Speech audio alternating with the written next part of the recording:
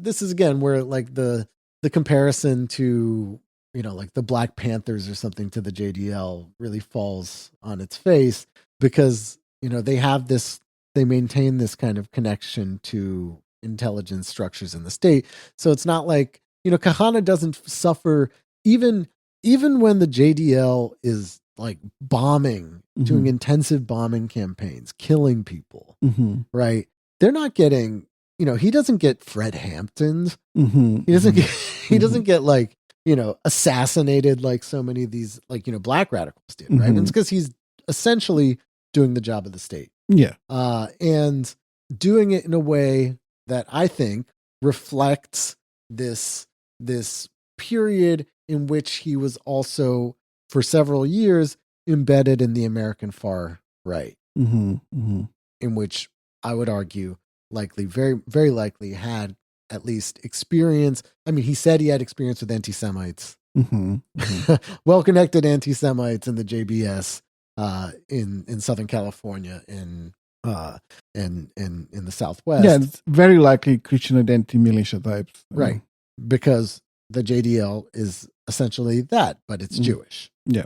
And we'll talk more about that in the next episode and kind of compare it to maybe some of the associations that are made between also like black radicalism. He does take certain things from here and there, but that's because he's a good organizer. He's good at what he does.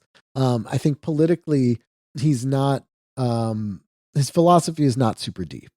Right. And I think you can see this in this. He doesn't sound very deep. No, he doesn't. And I mean, even when you hear him speak, right? But that's what he is. He's deliberately like that. He's the plain talker type. But I think that's a persona that comes out of, I think, his understanding, this time of actually being, let's say, like among the people, in the sense of like getting to know how both kind of the official world works, like how Washington and politics work. He gets into politics when he moves to Israel in 1971, right? So I think this experience is valuable to him.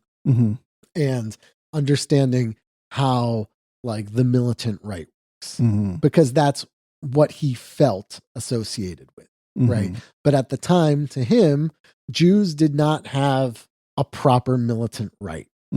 You know, they had a right wing. He was part of that. He was part of Beitar, but it wasn't what Beitar was in Europe in the 1930s or in Palestine in the 1930s. It wasn't this, you know, strong militia. And he's obsessed with, you know, with weakness, with portrayals of Jews as weaklings and strong Jewish hands. Oh yeah, no. And in some of his speeches, he said, "Aren't you glad that you have a Jew who's up here, who's tough, you know, who's not a wimp," I think he says. And so I think that, like, you know, in trying to figure out what a Jewish extreme right would look like, the most natural place to turn is the far right in the place where you live and something that you're familiar with. Right? Yeah.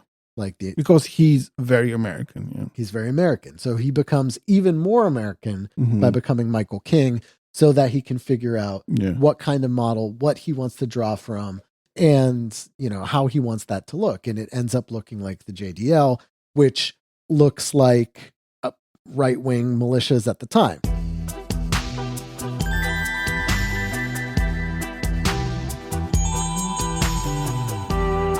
If you want access to this full episode along with hundreds of hours of other assorted weirdness, subscribe to our Patreon at patreon.com/tenepod and help us out a little bit.